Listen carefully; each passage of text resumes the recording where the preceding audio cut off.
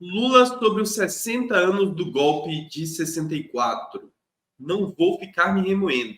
Tento tocar o país para frente.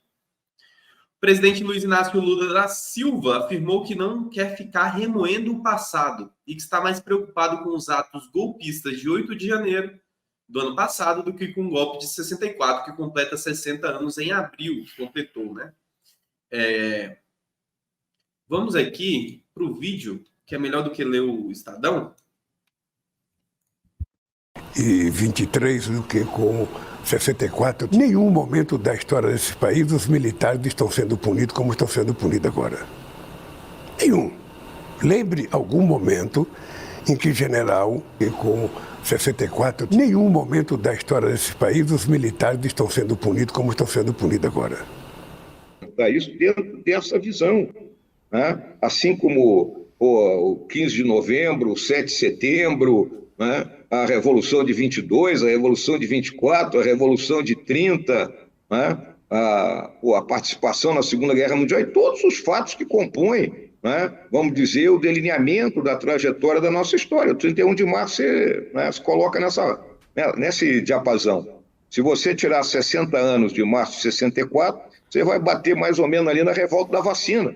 Eu não lembro de 64 ninguém ficar discutindo a revolta da vacina, né? Então, eu acho que o presidente está tomando uma atitude correta e nós temos que, com o passar dos tempos, entender que nós somos fruto de todo esse passado histórico com seus acertos e seus erros.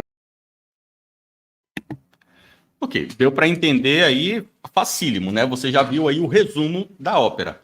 É claro que aqui a gente não vai comentar essa fala, né? Então, não estamos aqui fazendo um julgamento de uma situação por uma fala de 1 minuto. Eu odeio essa coisa de recorte de vídeo, porque o recorte de vídeo ele só pode ser instrutivo, nunca crítico. Você não pode criticar uma pessoa por um recorte que você assistiu, né? Então, nós não faremos isso aqui.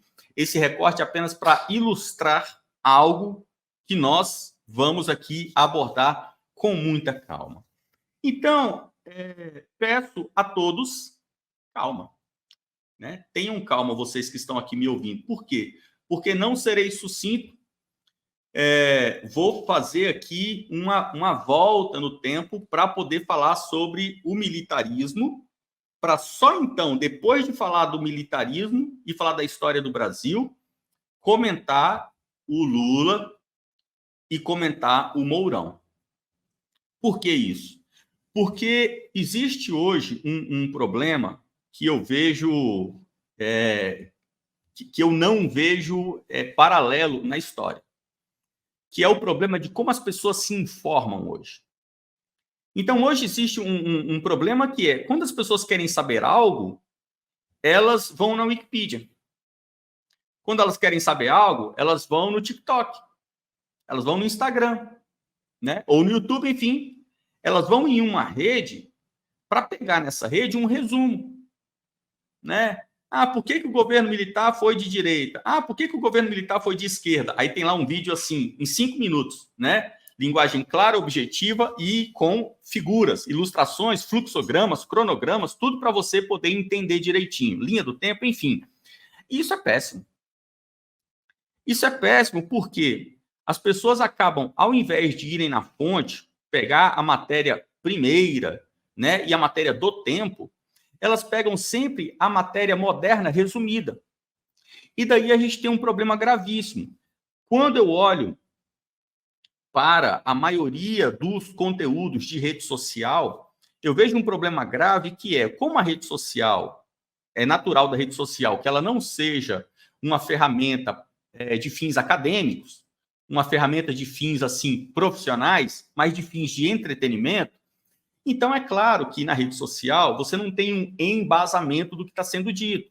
O cara não vai no Twitter ficar colocando nota de rodapé, bibliografia no que ele diz. Claro, e concordo, seria até ridículo fazer isso.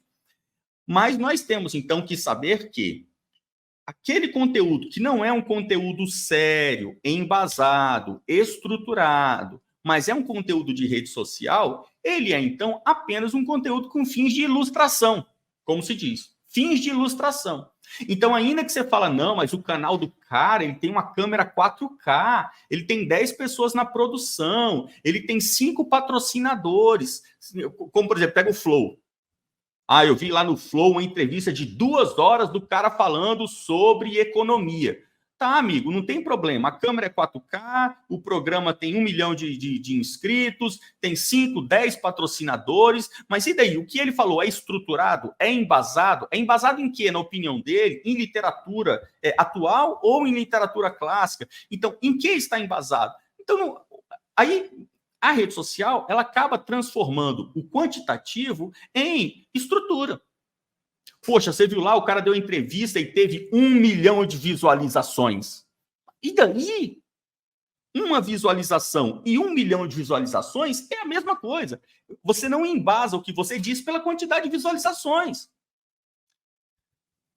Então, o que a gente vai fazer aqui? Nós vamos falar sobre os militares e a república, os militares e a política no sistema presidencialista.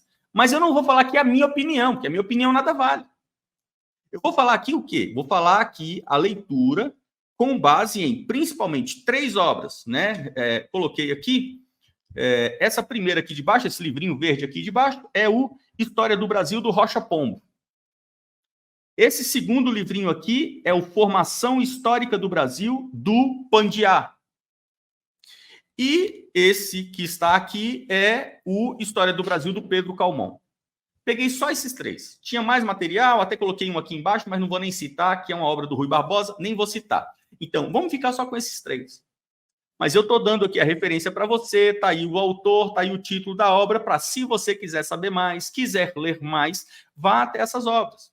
Né? E o que eu vou falar aqui não é nenhuma teoria da conspiração. Então, não é nenhuma coisa assim, nossa, Fernando, você achou livros que confirmam o que você está dizendo. Não, pelo contrário. O que eu vou falar aqui é o lugar comum. Mas o lugar comum clássico. Né? Então, você pega, por exemplo, o livro do Pandiá é um livro que foi escrito em 1930. Né? Em 1930. Então, nós temos aqui uma literatura que não é uma literatura de hoje, desse tempo. E qual é a diferença? Em primeiro lugar, a diferença é o livro que é clássico, o livro que foi escrito há muito tempo, ele foi comprovado e aprovado pelo tempo. Então, se você pega uma obra como a do Pandiá Calógeras, ele escreveu isso em 1930. Se o que ele disse aqui tivesse sido uma bobagem, uma coisa grotesca, um revisionismo despropositado, esse livro simplesmente teria sumido, ou já teria diversos outros livros criticando-o e desmoralizando o que está sendo dito aqui. Então, a vantagem de você ler clássicos é que esses livros eles são sustentados temporalmente, né, por longos períodos, o que comprova a sua veracidade e a assertividade do que está sendo dito. Pedro Calmon, a mesma coisa, um grande clássico, e o Rocha Pombo é indiscutível, um dos livros obrigatórios para quem estuda história. Então, a gente está pegando essa base para poder falar aqui sobre um momento específico. Eu vou pegar o finalzinho do Segundo Reinado, né, o finalzinho do Brasil Império e o iniciozinho do Brasil República. Uma história que é óbvio que todo mundo aqui já conhece. Mas, pô, se todo mundo conhece, então para que eu vou falar e para que eu estou pedindo atenção? Porque eu vou mostrar para você o que os clássicos dizem sobre isso. E não o que a galerinha da internet fica falando. Porque o que a galerinha da internet fica falando, às vezes assusta. Como, por exemplo, se você viu por algum tempo o conteúdo ali do professor Olavo de Carvalho, você sabe que esse movimento de direita, o movimento bolsonarista que existe no Brasil, ele é todo um movimento que foi estruturado, foi construído em cima do conteúdo que o professor Olavo de Carvalho divulgava principalmente por vídeo, não por literatura, mas por vídeo. Então, o professor Olavo de Carvalho ele era um grande crítico dos militares, Ele tentou por várias vezes consertar os problemas, os problemas filosóficos e intelectuais dentro da academia militar no Brasil e não conseguiu, não por fraqueza dele, não, por teimosia dos militares. Os militares não queriam corrigir aqueles problemas porque, na visão deles, não eram problemas. E daí, nos últimos anos ali, o professor Olavo ele acabou focando a artilharia dele em desmoralizar os militares, o que é uma estratégia compreensível. Uma vez que você tenta corrigir os problemas, que você tenta alertar as pessoas, e você se dedica e trabalha, entrega suor por aquilo ali, e as pessoas não concordam, não resta nada além da desmoralização, porque elas acabam tornando-se inimigas, né? É compreensível isso. Mas aí nós temos um problema no Brasil, que não é culpa de quem fala, no caso aqui, o professor Olavo, mas é culpa da própria, desse tal aí que a gente chama, né, o povo brasileiro. Que é o seguinte: no Brasil, as pessoas, elas não querem se aprofundar nos temas. Então, no Brasil, as pessoas querem só, assim, ficar na flor da superfície. Porque a única coisa que vale a pena você se aprofundar e você se dedicar e aplicar tempo e dinheiro são os prazeres da carne. Churrasco, pagar o Premiere, né, assistir um pornozinho. Então, essas coisas aí, vale a pena você gastar tempo e dinheiro. O resto não vale muito, não. Então, o que as pessoas fizeram? Elas pegaram aquelas críticas do professor Olavo contra os militares, acreditaram na crítica e ficaram só na crítica. E não estruturaram, e não embasaram o que foi dito. E daí, nós temos sérios problemas, que são problemas que estão gerando frutos hoje, dentre os quais eu tenho visto um movimento que é um movimento muito bizonho. Por exemplo, com o retorno de homens que outrora eram componentes do PCdoB, né? Homens que eram aí comunistas, como Aldo Rebelo. Né? Então, eu concordo com aquela ideia de que não existe ex-comunista. Né? Não existe ex-comunista. Porque o comunismo é algo muito forte. E o comunismo é uma cultura, não é só a política. Né? O comunismo é uma cultura. Então, para a pessoa se tornar comunista, e para que depois ela deixe de ser comunista, é preciso muito tempo de um trato mental para aquela pessoa, para que ela abandone o comunismo de fato. Não é algo fácil de acontecer.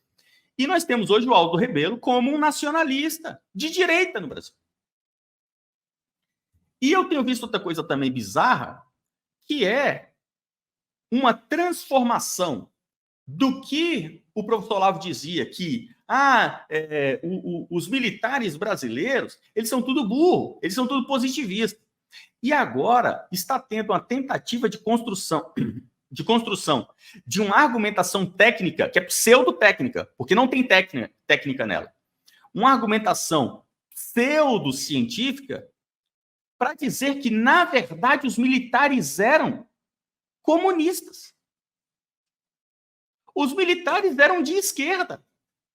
E que o governo militar foi um governo de esquerda. A ditadura militar no Brasil foi uma ditadura de esquerda. Então, peraí, gente, peraí, calma. Né? Calma, peço calma. Porque se a gente for trabalhar dessa forma, né? Se a gente for trabalhar dessa forma, a direita, os conservadores, não serão nada mais, nada menos do que o que os comunistas são. Só com outra cor. Ao invés de usar gravata vermelha, usa gravata azul. Então, que os conservadores não se utilizem do revisionismo histórico, mas se utilizem da correção dos erros históricos. Então, então agora, para eu falar isso daqui, não adianta eu vir aqui e só falar igual eu estou falando, né? Porque daí fica eu contra o doidinho bolsonarista. Então, vamos lá. Vamos voltar aqui para a história. Cito esses 3 autores aqui só para embasar o que eu vou dizer a partir de agora. Vamos voltar no tempo.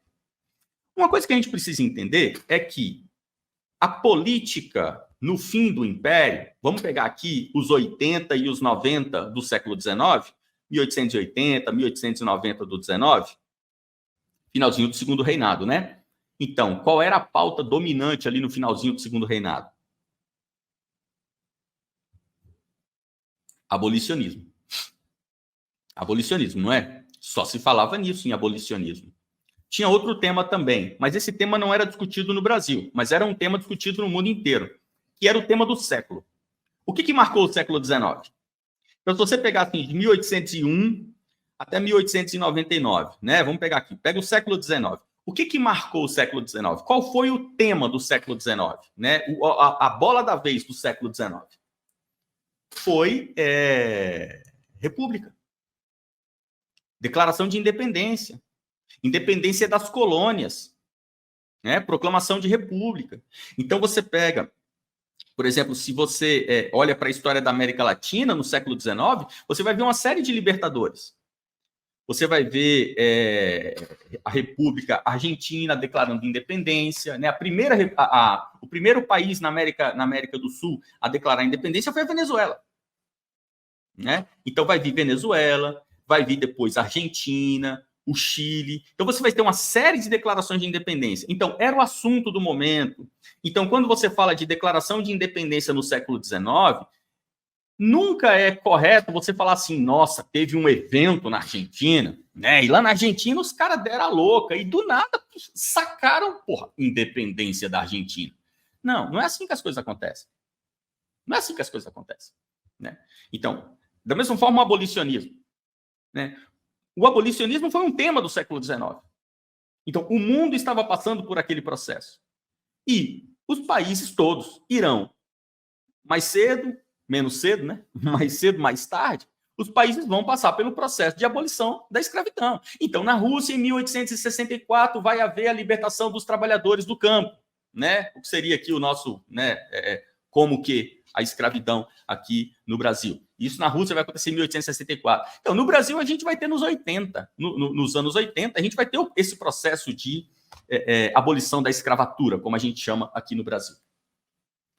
Então, quando a gente pega para falar de história do Brasil e vai falar sobre o fim da monarquia e o início da república, é muito comum a gente ver no Brasil essa apresentação do tema como foi o golpe, né? O golpe da República, o golpe republicano, né? O golpe de Marechal Deodoro. E a gente vê leituras que são leituras puramente ideológicas. E essas leituras ideológicas são problemáticas porque elas vão gerando os filhotinhos dela e o filhotinho, cada vez ele nasce mais feio do que o pai. Então chega uma hora que nasce um troço assim totalmente bizonho, como essa galera falando que a ditadura foi uma ditadura de esquerda. Né? Isso aí nasceu de outro monstrinho. O monstrinho era feio também, mas não era tão feio assim. Então, quando a gente olha para o passado, nós precisamos nos lembrar que nós tivemos a figura de Dom Pedro I. Após a figura de Dom Pedro I, nós vamos ter Dom Pedro II. Dom Pedro II vai começar, né, com aquele governo, que é um governo, na verdade, um governo de regências. E quando Dom Pedro II assume o poder, quando Dom Pedro II vem a governar de fato, Dom Pedro II, desde o seu primeiro dia, desde o início do seu governo, ele faz um governo em uma monarquia, em um país, na América do Sul, cercado por países em declaração de independência. Num século onde o mundo inteiro lidava com o tema da libertação, da liberdade, da independência. Por quê? Porque o mundo inteiro havia passado por um processo que foi o processo mais importante do mundo no século XIX, que foi as consequências da Revolução Francesa. Então, a Revolução Francesa vai acontecer ali no finalzinho do 18, iniciozinho do 19. Né? Então, a primeira década do 19 é uma década que está todo mundo olhando para a França e falando assim, caramba, né? Olha aí o que é um mundo livre. Olha aí o que é um mundo de igualdade, de liberdade, de fraternidade. Olha lá, os caras conseguiram. E fica todo mundo olhando, né? Fica todo mundo na expectativa para ver se vai dar certo. Então, você vê isso muito bem na obra do Émile Zola, principalmente no Germinal, né? Fica o mundo inteiro olhando para a França para ver se vai dar certo, porque vai dar errado, né? Então, fica todo mundo olhando para a França. Mas, ao longo do século, é inevitável que, ainda que os resultados em França não tenham sido resultados satisfatórios, afinal, depois da Revolução Francesa vai vir Napoleão Bonaparte, né? Então, é curioso isso, né? Lutar por uma revolução que seja uma revolução libertadora e, na sequência, você ter um dos maiores déspotas tiranos da história da humanidade. Mas, nesse século, então, nós temos Dom Pedro II no Brasil. E Dom Pedro II vai fazer um governo, vai fazer um reinado, né, que é o segundo reinado, que é um reinado que também, por muitas vezes, quando eu ouço falar do reinado de Dom Pedro II, eu acho um pouco estranho, porque quem é conservador, tradicionalista, enfim, acaba pintando um Dom Pedro II, que é um Dom Pedro II assim, um Alexandre o Grande melhor, né? Mais bem vestido ainda. E um homem que é um homem de objetivos reais, objetivos imperiais, objetivos monárquicos, o que de fato nunca aconteceu. Então, não estou fazendo aqui a minha leitura. Leiam as histórias do Brasil. Escolha a que você quiser. Vai ser difícil, você vai ter que peneirar muito para encontrar uma que não relate o que Dom Pedro II realmente quis para o Brasil. E não podia ser diferente. E aqui na minha leitura, na minha declaração, eu não imputo a Dom Pedro II um sentimento progressista, um sentimento revolucionário, ou muito menos ainda, um sentimento de traição aos valores da coroa portuguesa, de forma nenhuma. Mas eu vejo Dom Pedro II como um homem do seu tempo. Um homem do seu tempo. Como todos os outros. Essa história de um homem à frente do seu tempo é uma balela unicamente retórica. Todo homem é um homem do seu tempo. Nem do passado e nem do futuro. É um homem do seu tempo. E Dom Pedro II foi um monarca do seu tempo. E como eram os monarcas do século XIX pelo mundo? Vejam a história da América Latina, história da Europa, e vejam como foram os monarcas do século XIX. Não podia ser diferente. Então, Dom Pedro II foi um monarca que dirigiu o Brasil desde o seu primeiro dia no poder para ser entregue aos brasileiros. O Pedro Calmon tem uma expressão que é muito legal. Ele, aqui nesse livro, né? Esse aqui é o História do Brasil, ele é em 5 volumes, né? Esse aqui é o volume 5, inclusive. Eu acho que é 5 ou 6 volumes. Esse aqui é o volume 5. Ele tem uma expressão que é muito legal, que ele diz assim: o império de Dom Pedro II, no segundo reinado, né? O império foi um império republicano.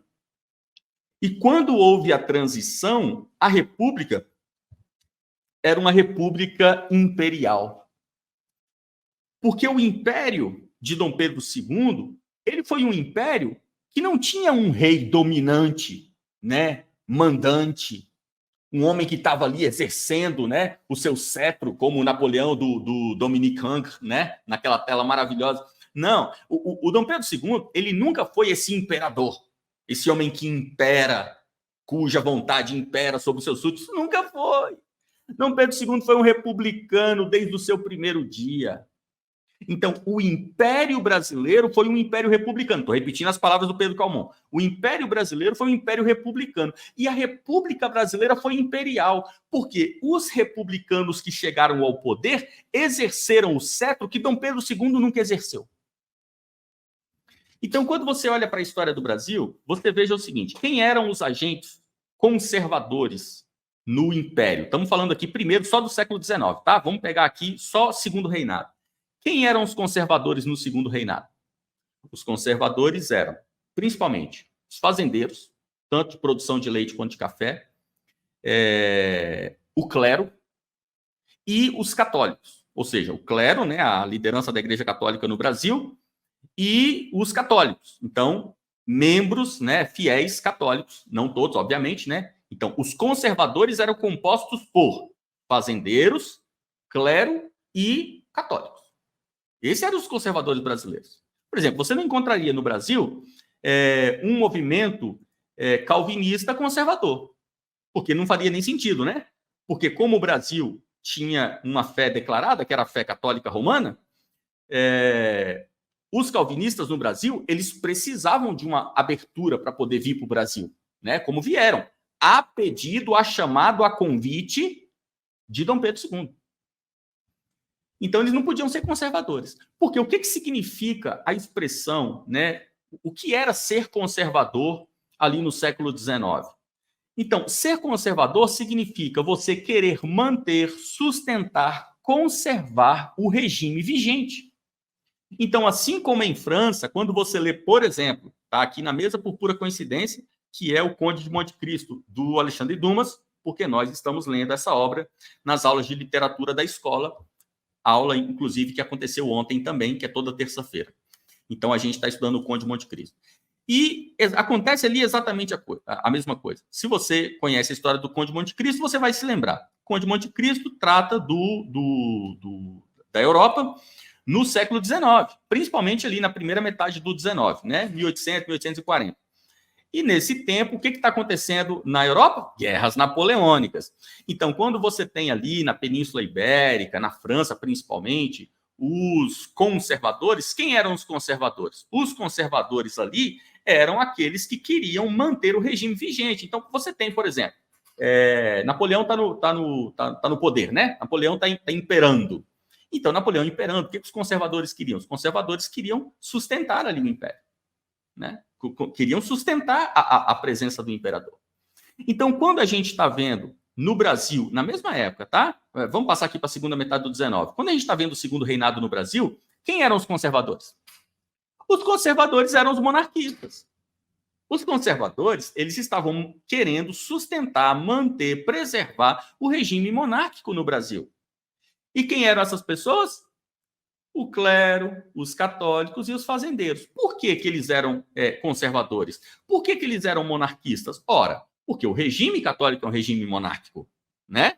Você tem a cabeça do corpo, que é o próprio Cristo, e você tem reinante na terra o seu corpo, que é a Santa Igreja.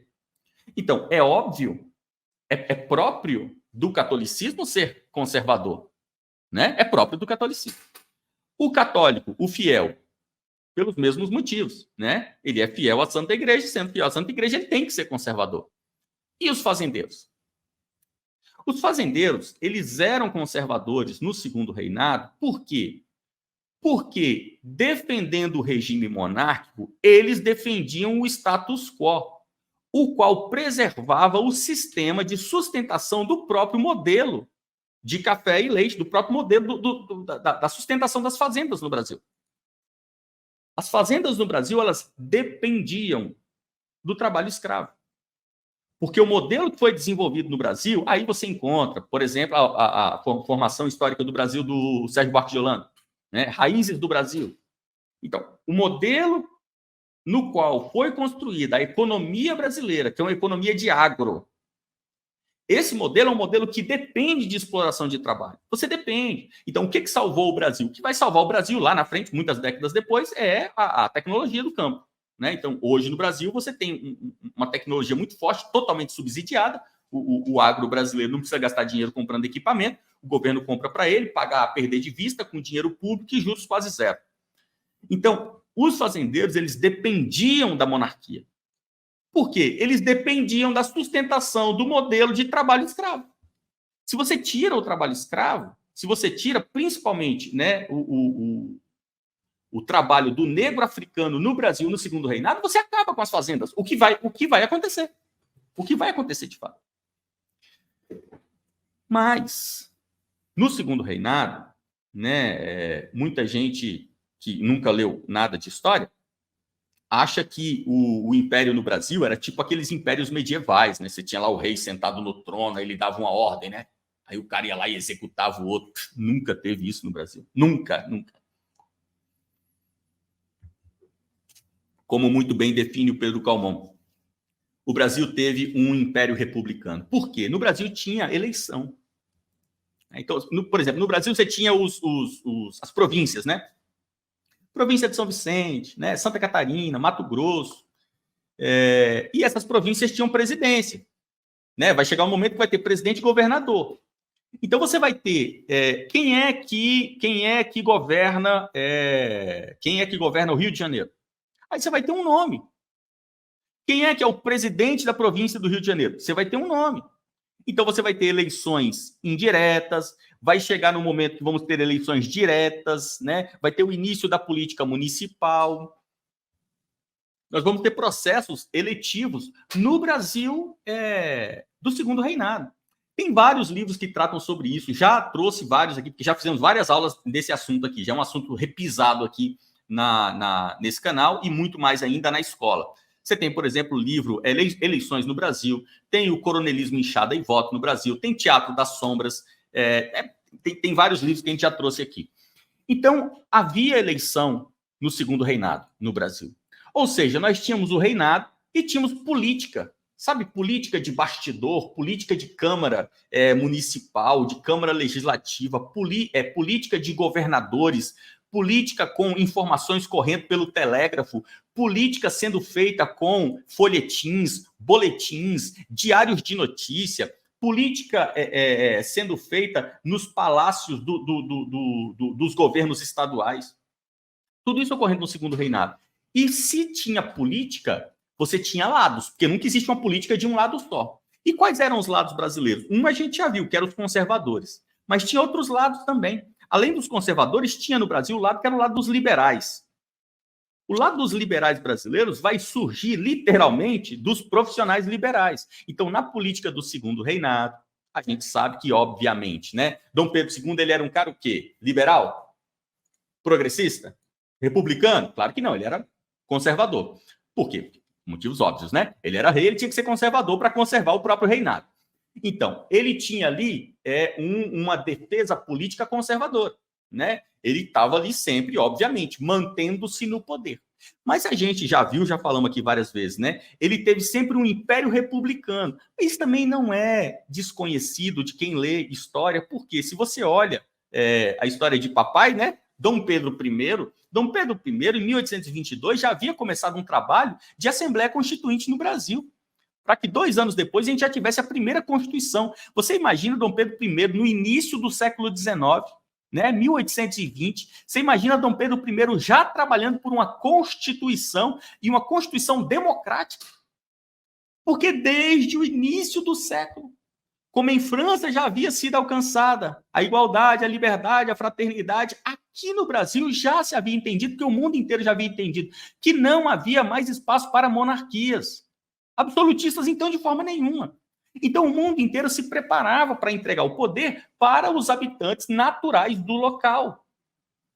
Sendo assim, quando a gente está no segundo reinado, você tem os conservadores, mas você tem também os liberais. Os liberais eram pessoas que vinham do povo. Então, os liberais eram gente da polícia, médicos, dentistas, principalmente comerciantes. Então, você tinha lá no Rio de Janeiro um grupo de comerciantes que trabalhavam com, sei lá, malharia, né? O pessoal que era lá da área de produtos de couro.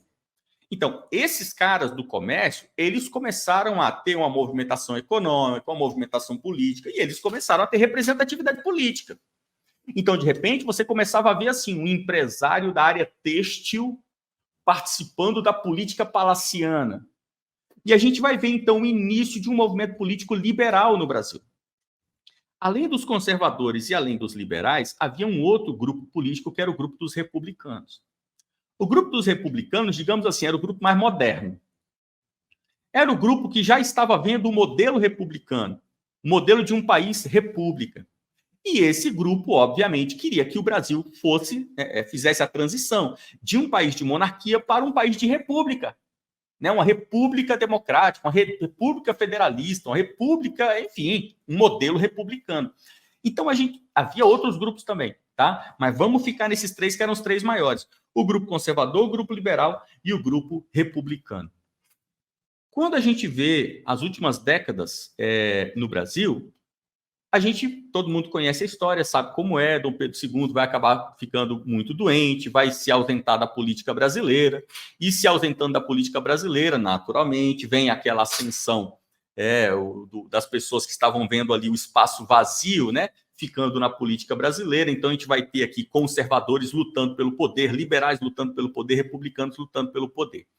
E isso vai acontecer de forma muito forte, porque no Brasil, desde o início do governo de Dom Pedro II, desde o início de Dom Pedro II, a gente vai ter no Brasil os gabinetes de presidência. Então, isso aqui é uma etapa importante de ser entendida na política de segundo reinado no Brasil.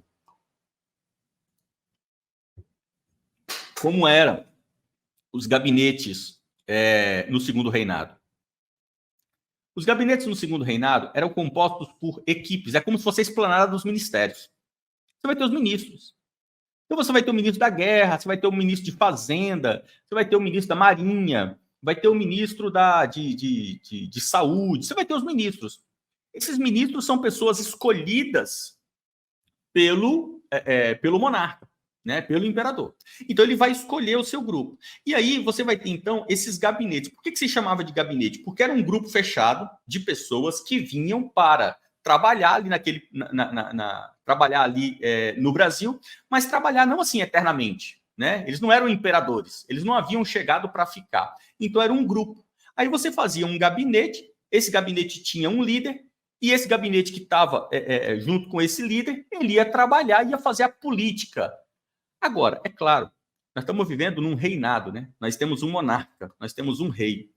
Então, se o rei quisesse, ele podia desmanchar o gabinete. Você está vendo como a gente tem, assim, uma espécie de uma monarquia parlamentarista? Você tem um parlamento, você tem um grupo de pessoas trabalhando. Então, no Brasil, a gente teve diversos gabinetes. E daí é muito curioso, por quê? Os gabinetes, eles nascem como gabinetes conservadores. Então, tem lá o ministro da Guerra, que é um cara conservador, obviamente, ele é monarquista. Você tem também um ministro da Marinha, ele é conservador. Você tem um ministro de Saúde, ele é conservador. Então, os ministros, né, o ministro de Comunicações, ele é conservador, óbvio, né? Mas vai chegar uma época que os liberais vão ganhar muito espaço e eles vão começar a reclamar que o Brasil não tem alternância de poder. E, na verdade, esse gabinete, né, essa democratização do governo do país é toda de fachada. Porque nós só teríamos realmente representatividade popular se o povo fosse representado também nos gabinetes. E dentre o povo havia muitos que eram republicanos, muitos que eram liberais. Então era necessário ter gabinetes liberais. E vai começar, então, no Brasil, a nós vermos gabinetes de liberais chegando ao poder, como Zacarias de Góes, né? Que é um dos maiores nomes daquela política ali do século XIX, e um homem declaradamente conservador, declaradamente liberal. Então, a gente vai ter vários assim. Você vai ter outras pessoas, como Bernardo de Vasconcelos, Araújo Lima, que eram homens conservadores. Então, você vai ter gabinetes conservadores. Mas, às vezes, o gabinete conservador cai e um gabinete liberal sobe. Cara, isso era uma treta desgraçada. Por quê? Porque você imagina o seguinte, o Brasil, ele era composto de diversas províncias. Então você tinha a província do Mato Grosso, província do Maranhão, província de Pernambuco, província da Bahia. Quando um gabinete conservador ganhava e subia ao poder, cara, saía derrubando todo mundo no Brasil. Porque aquele gabinete era um gabinete conservador. Então, o gabinete conservador falava assim, ó, quem é o presidente da província da Bahia? Ah, o presidente da província da Bahia é um liberal. Meu irmão, derruba o cara. Porque como não era eleição direta, aquele presidente não tinha sido eleito pelos baianos. Aquele presidente tinha sido colocado lá pelo gabinete conservador. Então, quando um gabinete conservador caía e subia um gabinete liberal, trocava-se toda a estrutura de poder de todo o país. Era uma zona. Onde é que você encontra um relato maravilhoso disso? Esaú e Jacó do Machado de Assis. Esaú e Jacó do Machado de Assis é um livro escrito para falar disso. É para falar disso. É para falar sobre troca de gabinete. Né? E você tem lá a família Batista, que é a família que vai servir de cena para isso daí. Então, isso é um ponto maravilhoso de estudar a política do segundo reinado, a troca de gabinetes. E daí, quando a gente está nesses anos 80 e anos 90, como eram os gabinetes? Nesses anos 80 e anos 90, ali, final do segundo reinado no Brasil, os gabinetes eram como? Eram gabinetes conservadores. Então, a gente vai ter, nos anos 80 e nos anos 90 do século XIX, três gabinetes, os últimos três gabinetes, né? A gente vai ter o gabinete Cotegipe, que ficou de 85 a 88, que era um gabinete conservador. Na sequência, depois do Cotegipe, veio o gabinete João Alfredo, que era um gabinete também conservador. E depois, finalmente, vai vir o gabinete Ouro Preto, né, do Visconde Ouro Preto, que era o gabinete liberal. Então, olha só que coisa curiosa. Quando a gente está olhando para esses últimos anos do século XIX, tem um evento que é um evento que vai marcar a história do Brasil, que é a Guerra do Paraguai. Não vamos tratar de Guerra do Paraguai aqui. Eu acho que a gente já fez aula de Guerra do Paraguai lá na escola. Vamos pegar já a Guerra do Paraguai terminada. Acabou a Guerra do Paraguai. Guerra do Paraguai acaba, a gente vai ter vários heróis de guerra. Dentre esses heróis de guerra, a gente vai ter homens importantíssimos, como o Duque de Caxias, como o próprio Deodoro, Floriano, Benjamin Constant, que era um homem genial da área de engenharia, que foi para a guerra, combatente da Guerra do Paraguai. E esses homens, eles saem da guerra e voltam para a capital federal, né? Voltam para o Rio de Janeiro. E isso aqui é muito marcante. Isso daqui é um divisor de águas. E aqui a gente começa a entrar no tema. Esses militares, esses grandes nomes, esses comandantes do campo de batalha que voltam da Guerra do Paraguai para a capital federal, eles voltam e eles não querem mais participar do trabalho militar, do trabalho de campo de batalha. Muito sábio da parte deles. Não é covardia, não. Muito sábio da parte deles. Por quê? Porque mostrava-se, acreditava-se, né? Tudo denunciava que o mundo estava entrando num tempo não mais de reino da força física, mas de reino da diplomacia. Erraram, né? Errou, né? Porque quando começa o 20, né, o mundo acaba, né? O pau quebra. Mas entendiam que toda aquela filosofia liberal, toda aquela filosofia libertária, né? Aquela filosofia de fraternidade, ela reinaria. E havia uma grande produção filosófica, que também não vamos entrar aqui, que também é um outro tema que nós fizemos várias aulas na escola, que é o positivismo. Havia uma escola de pensamento, né? Então, a escola filosófica do século XIX, principalmente da segunda metade do século XIX, ou seja, do segundo reinado, que é o tempo que a gente está tratando aqui, o que estava, assim, a única forma vigente de pensamento, a hegemonia de pensamento da segunda metade do século XIX era o quê? Positivismo de Augusto Comte. Então, positivismo de Augusto Comte. Positivismo era assim, era a última bolacha do pacote. Augusto Comte, no século XIX, era o cara que tinha entendido a realidade. Ele entendeu a realidade. E ele entendeu a realidade e ele conseguiu transformar essa compreensão da realidade em um modelo de gestão social, né? Assim, você tem a política de Aristóteles, a República de Platão, e você vai ter a política de Comte, né? Com toda a sua estrutura de poderes, que é uma obra gigantesca, né? E Augusto Comte foi muito bem recebido no Brasil. Foi muito bem recebido no Brasil por esses militares que voltavam do campo de batalha e viam que aquela guerra, que era a Guerra do Paraguai, seria a última guerra que o Brasil travaria. E esses grandes militares, eles queriam passar agora não mais a vestir farda, mas a vestir terno.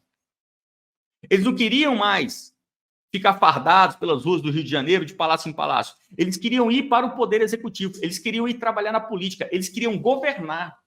E eles queriam governar por um ponto muito bem detalhado por todos esses três historiadores aqui. Hoje eu dei uma revisada em todos os três livros. Dom Pedro II, ele foi um homem que não privilegiou as Forças Armadas. Então, quando você pega o relato dos militares no fim do segundo reinado, ali 70, 80, 90, você vai ver que os militares, eles reclamavam que não recebiam do palácio, eles não recebiam de Dom Pedro II o respeito, a honra, a glória que eles julgavam merecer. Então, aqui não vou entrar no juízo de valor, né? São combatentes de guerra. Então, combatente de guerra sempre merece. Então, esses que vinham da Guerra do Paraguai, que eram grandes homens de ação indiscutível no campo de batalha, esses homens que voltavam da Guerra do Paraguai, eles entendiam que, ao voltar da guerra de defesa da nação, porque ali a gente vai ter não só na Guerra do Paraguai, mas em todo aquele tempo ali, até no pós-Guerra do Paraguai, a gente vai ter uma briga muito grande por questões de fronteira. Então, esses homens, eles se viam como os defensores da fronteira do Brasil. Então, se existia território brasileiro, esse território brasileiro, ele existia pela defesa, né, a custo de sangue desses militares e suas tropas. Então, quando esses militares voltam para o Rio de Janeiro, eles voltam esperando chegar na capital federal e receber do imperador um reconhecimento. E qual seria o maior reconhecimento? o de sempre, né, de toda a história da humanidade, poder. Então, eles queriam poder, mas o imperador Dom Pedro II, ele era um imperador republicano, como o Pedro Calmon diz, e eu repito aqui pela terceira vez. Então, o que seria dar poder para os militares na volta da Guerra do Paraguai? Dar a eles exercício político. Um vira senador, o outro vira ministro, o outro vira presidente. Por exemplo, Floriano Peixoto, ele foi presidente do Mato Grosso. Floriano Peixoto foi presidente da província do Mato Grosso.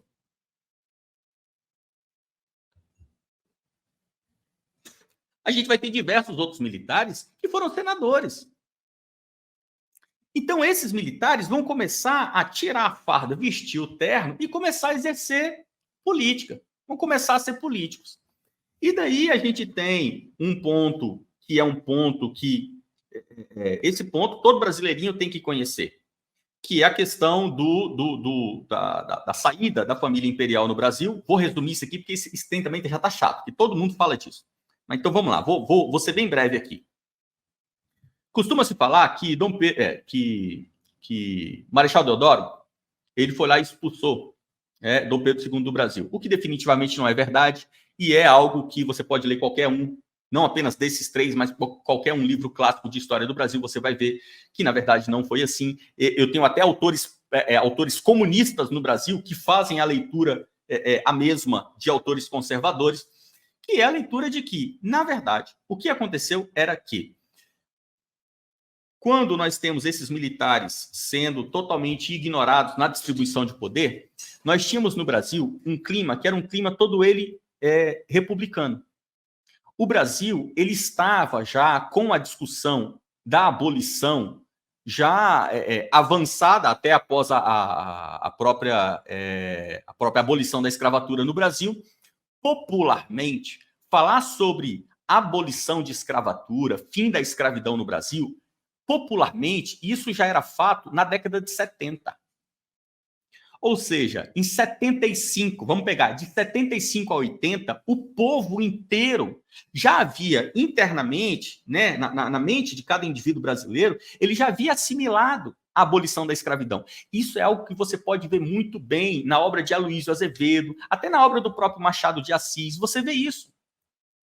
Que antes de você ter a abolição da escravatura oficialmente, teoricamente, né, administrativamente, você já tinha na vida brasileira a abolição.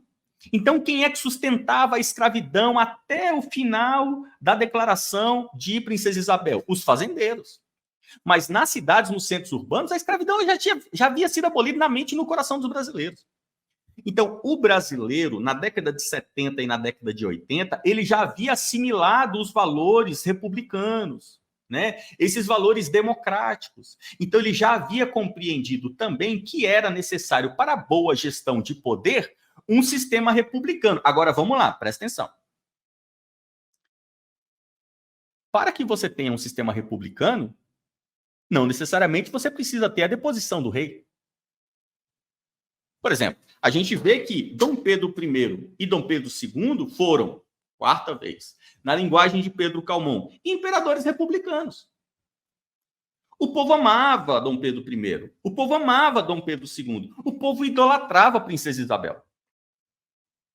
Então, o povo nunca quis que os reis, né, que o rei saísse do Brasil. Mas também não me venham com essa ideia de que, com essa história de que não, o povo amava o rei e o povo queria viver numa monarquia. Não, aí também, por favor, tá? Então vamos lá, uma coisa de cada vez, tenhamos modos. Então, o povo não queria viver num regime monárquico, porque ninguém queria viver num regime monárquico na segunda metade do século XIX, porque o regime monárquico já estava mais do que difamado. Até pela própria inteligência, mas não vamos nem entrar nesse ponto. Mas a monarquia, o rei, já havia caído em todo o planeta. Mas o povo amava no Brasil, como ama até hoje, como muito bem dito pelo João Camilo de Oliveira Torres. O povo ama a figura do rei no Brasil. Ama, né? No Brasil você tem o rei do pastel, o rei da pamonha, né? A rainha da tapioca. Então, o povo ama, né, a figura do rei no Brasil. A imagem do rei O povo ama isso no Brasil. Mas o povo queria um sistema republicano. E daí a gente vai ter uma transição muito curiosa no Brasil, que é a transição de que Deodoro, voltando da Guerra do Paraguai, ele era do Rio Grande do Sul, ele era comandante da Força Armada no Rio Grande do Sul. Quando ele volta para o Rio Grande do Sul, ele vai ser conclamado, ele vai ser chamado dentro das Forças Armadas, dentro da tropa, né, das Forças Armadas. Você vai ter um grande contingente, um grande grupo de vozes chamando o Deodoro para ir para a capital federal tomar as rédeas. Por quê? Porque o Brasil, ali, no final do Segundo Reinado, o Brasil estava uma zona. A gente não vai entrar nesse ponto aqui, que é o ponto do Rui Barbosa, que eu preferi tirar, senão essa live não termina hoje, né? Que é o ponto da economia. A economia no Brasil estava uma zona. Né? Juros no Brasil estavam assim, explodindo. Né? Inflação explodindo. Então, a economia no Brasil estava muito mal. E compreendia-se que, na verdade, tudo andava mal porque Dom Pedro II não tinha mais exercício de poder nenhum. E quem mandava no Brasil era a politicagem, o que era verdade. Então, essa politicagem, esses homens políticos, esses pragmáticos da arte do possível, né? Você encontra isso nas obras clássicas. Esses homens da arte do possível, eles não tinham intelectualidade, eles não tinham inteligência. Então, ainda que eles fossem poetas, músicos, viajados por toda a Europa, eles eram homens tacanhos. Então, a tropa vai falar, nós precisamos, sabe de quê? De um braço forte. Nós precisamos de um braço forte.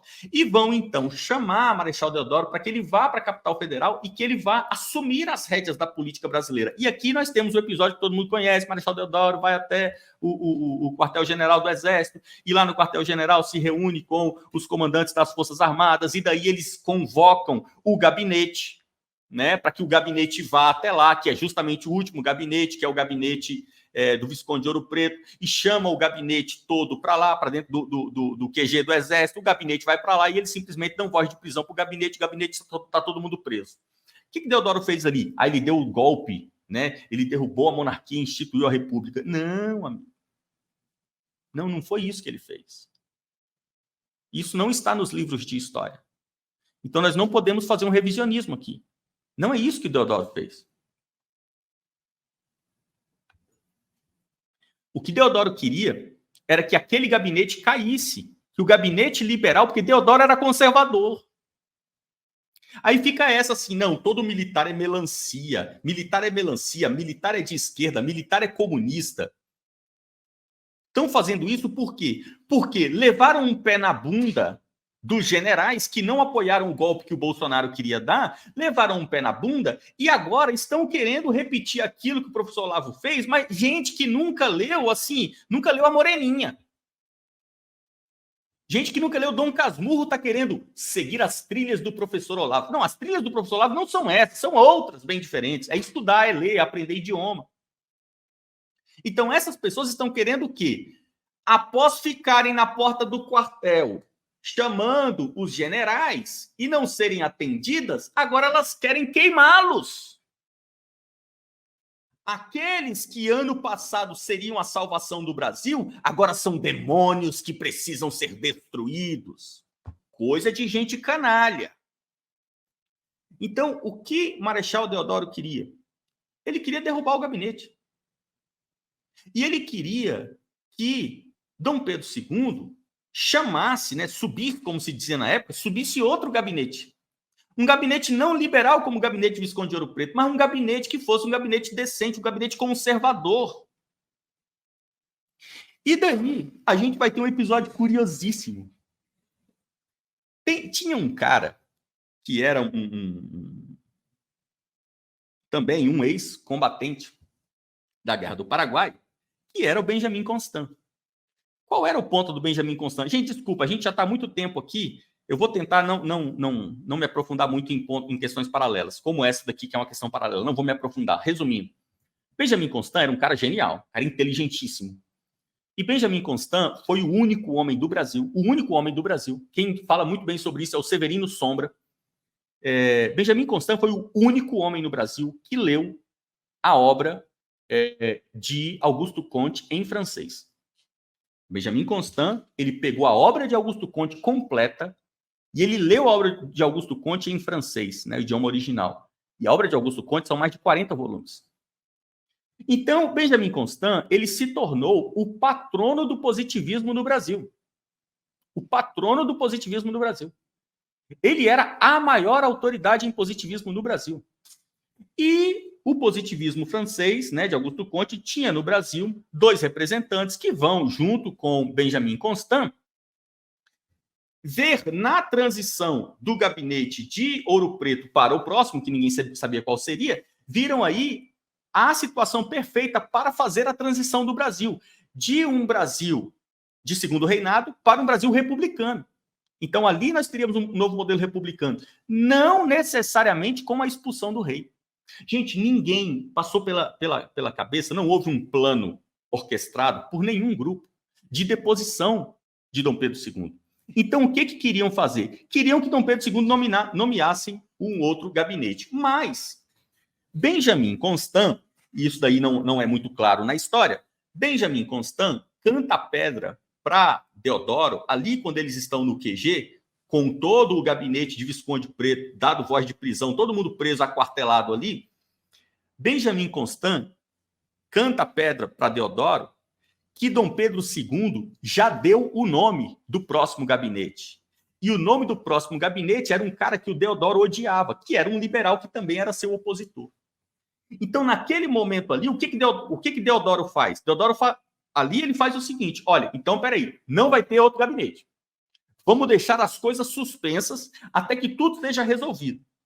Ali você tem a suspensão de poder. Essa suspensão de poder vai durar mais de um ano. E daí a gente tem o desenvolvimento de um longo processo, que infelizmente não vou, eu achei que ia dar para falar tudo aqui, mas já estamos com 1h40, já estamos a 1h40 aqui. Deixa eu correr um pouco mais. Nós temos, então, Deodoro da Fonseca assumindo um poder temporário no Brasil. Olha que coisa curiosa. Nós estamos, então, no ano de 1889, com um marechal, com um militar de alta patente, assumindo o poder no Brasil provisoriamente, não querendo depor o rei, porque ele era conservador, ele era monarquista. Era, inclusive, homem muito admirador e admirado por Dom Pedro II. Benjamin Constant era professor dos netos de Dom Pedro II. Benjamin Constant era o tutor dos netinhos de Dom Pedro II. Então, esses homens não estavam ali chutando o rei. Marechal Deodoro diz o seguinte, olha, nós precisamos definitivamente passar para um modelo republicano, mas como nós vamos passar para um modelo republicano com a presença de Dom Pedro II no Brasil? Se nós temos o rei na sua própria terra, não tem como fazer transição. Nós precisamos que o rei se ausente para que nós, povo brasileiro, tenhamos toda a liberdade de tomar as nossas decisões. Você imagina o rei estando no Brasil? Você acha que a oposição ao rei, os republicanos, os liberais, eles vão ter voz? Eles vão ter coragem de se levantar contra o rei? Ninguém se levanta contra um rei. Então, o que nós vamos fazer? Marechal Deodoro pede carinhosamente que Dom Pedro II se ausente do Brasil temporariamente, vá para Portugal, cuida da sua saúde em Portugal, nos dá um tempinho, um ano no máximo, a gente resolve isso daqui. E daí nós temos a ausência de Dom Pedro II saindo do Brasil para que esses conservadores, monarquistas, como Floriano, Deodoro, Benjamin Constant, para que esses homens, né, que hoje seriam chamados, que é um termo idiota, hoje seriam chamados de direita, para que esses homens fizessem a transição do Brasil República e então Dom Pedro II voltasse e restabelecesse os gabinetes, etc, etc. Como que as coisas vão se dar? Vamos resumir bem rapidinho agora daqui para frente. Como que as coisas vão se dar? Deodoro vai ficar por um ano ali no poder. E a gente vai ter uma eleição. E essa eleição vai ser uma eleição solicitada por todo mundo que estava ali nas esferas de poder naquele tempo. A gente vai ter uma eleição solicitada que é uma eleição para presidência. Vamos ter uma eleição para presidente da República. E quando tem eleição para presidente da República, havia um homem que era presidente da Assembleia Constituinte. Por quê? O que eles estavam fazendo nessa ausência do imperador? Eles estavam estabelecendo o regime republicano no Brasil. Para que você tenha um regime republicano no Brasil, é necessário que você tenha a constituição desse regime. Então, era necessário estabelecer uma nova Constituição. Para estabelecer uma Constituição, você tem que ter uma Constituinte. Para ter um Constituinte, tem que ter uma Assembleia. Essa Assembleia tem que ter um presidente. Quem era o presidente da Assembleia Constituinte? Simplesmente Prudente Moraes. Então, Prudente era um cara tido em alta conta por todo mundo. Mas o Prudente ele não era um cara que queria se levantar contra o Deodoro. Mas a própria Assembleia, os próprios políticos brasileiros vão colocar Prudente como o nome a disputar com o Deodoro da Fonseca. Aí é um ponto que também todo mundo concorda, mas é um ponto, ainda que todo mundo concorde, eu acho que é um ponto estranho. Precisa mais pesquisa em cima disso. Porque, ao que tudo indica, de acordo com a grandíssima maioria dos autores de história do Brasil, Deodoro da Fonseca ele não havia assimilado a ideia de disputa política. Então, você veja, eu falei aqui que vários militares se tornaram políticos na Guerra do Paraguai. Deodoro da Fonseca nunca. Ele nunca foi político. Ele não era senador, deputado, ele não era... Deodoro da Fonseca era um militar. Ele era um cara, inclusive, muito tosco, né? Todos os historiadores falam isso. Ele era um cara bem toscão, bem militar mesmo. Totalmente diferente da figura de Floriano Peixoto. Floriano Peixoto era um cara político. Ele era um cara político.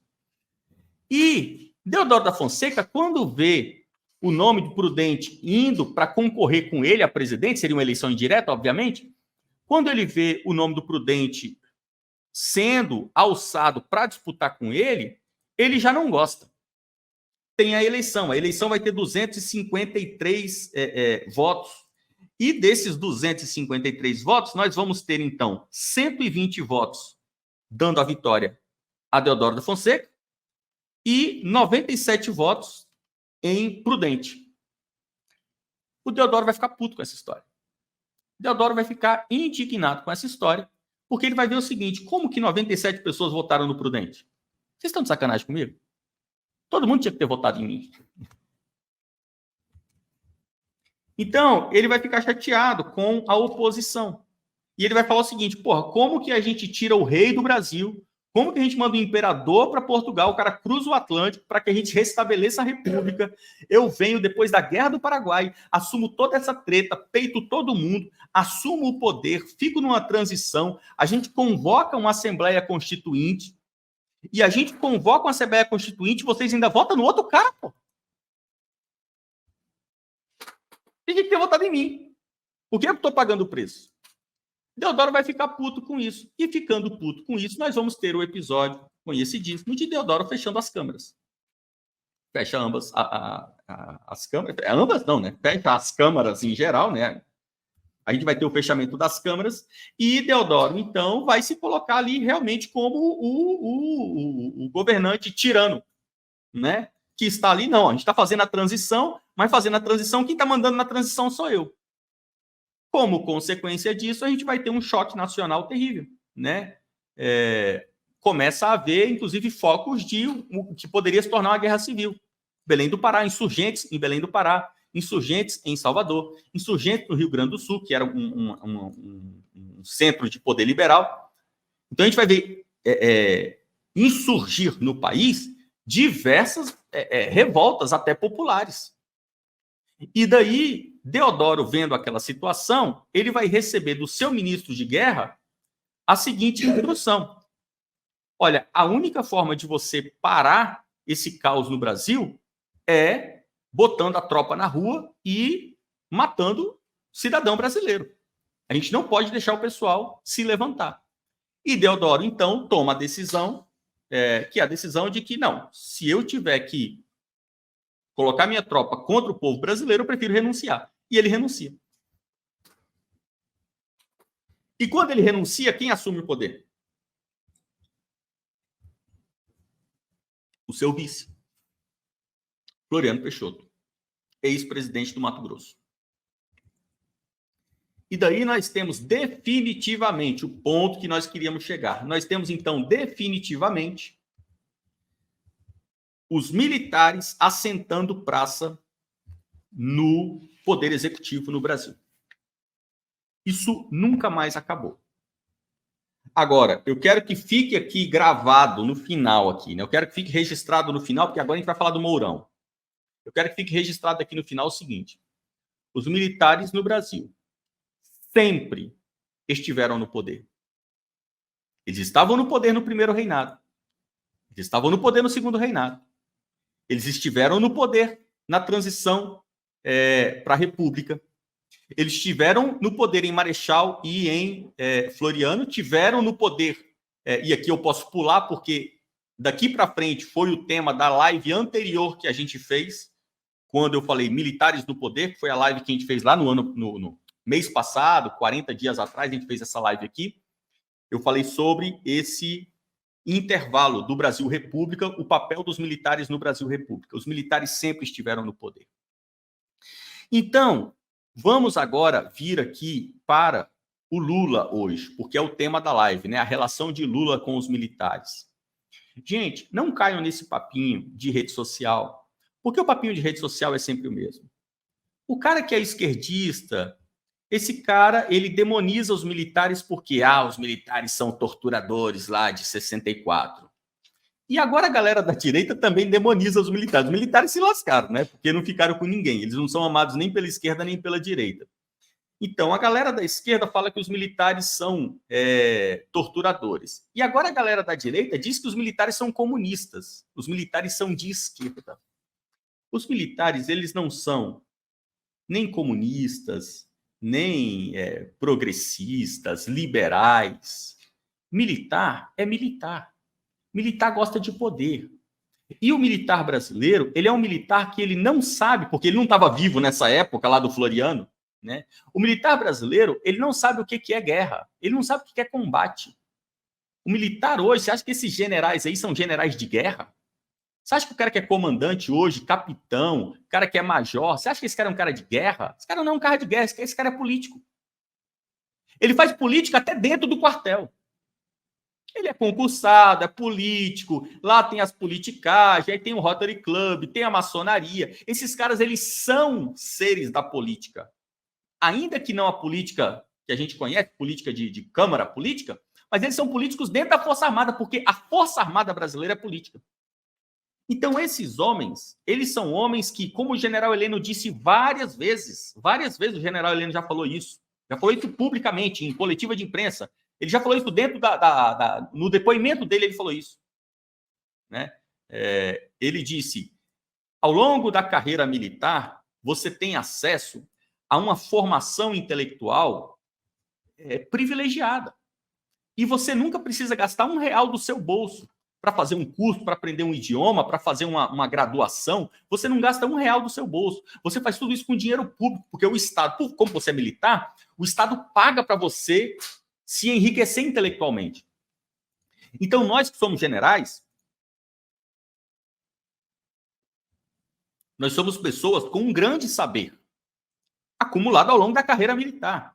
E esse saber foi pago com dinheiro público. Então, nós temos que devolver isso para a nação. Gente, é exatamente Benjamin Constant, Duque de Caxias, exatamente Deodoro, Floriano. Esses caras, eles olham para os políticos, eles olham para o Lira, para o Bolsonaro, eles olham para o Lula, eles olham para esses políticos do Centrão e eles falam assim, é tudo ignorante, é tudo gente idiota. E é claro que é.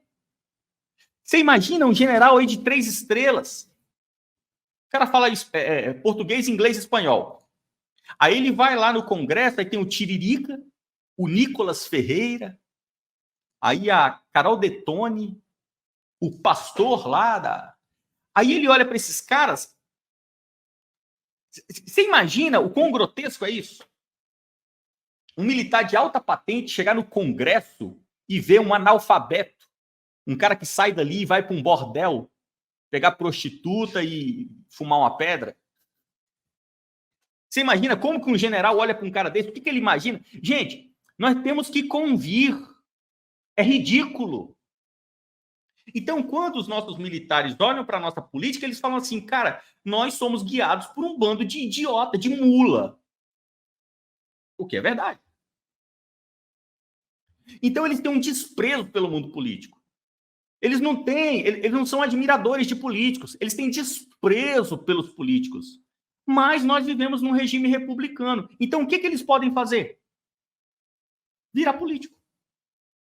Aí eles querem ser governador, aí quer ser senador, principalmente senador, né? Porque o senador, ele tem realmente o exercício da retórica.